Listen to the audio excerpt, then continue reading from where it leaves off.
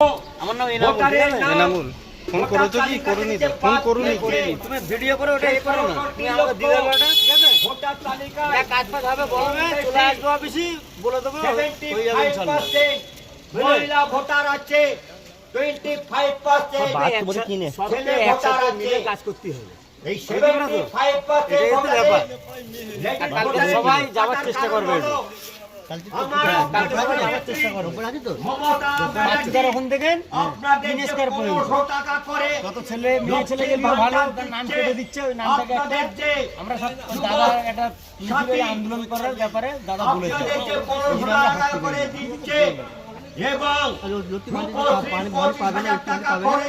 কেন পাবে না?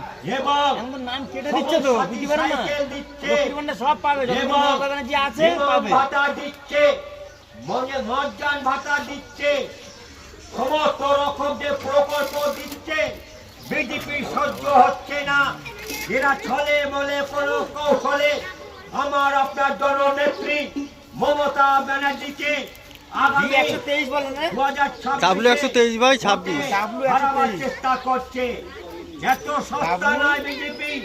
তুমি যতই করো হামলা, আবার জিতবে বাংলা। 26 বাই 26 বাই 26 তোমরা যেটা ভাবছো সেটা নয় বন্ধু।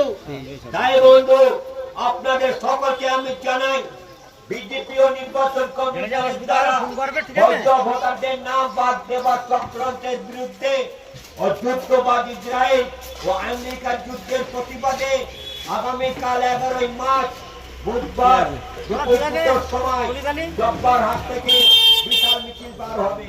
এই মিছিল শেষ হবে কারবালা বাজার। আসসালামু আলাইকুম।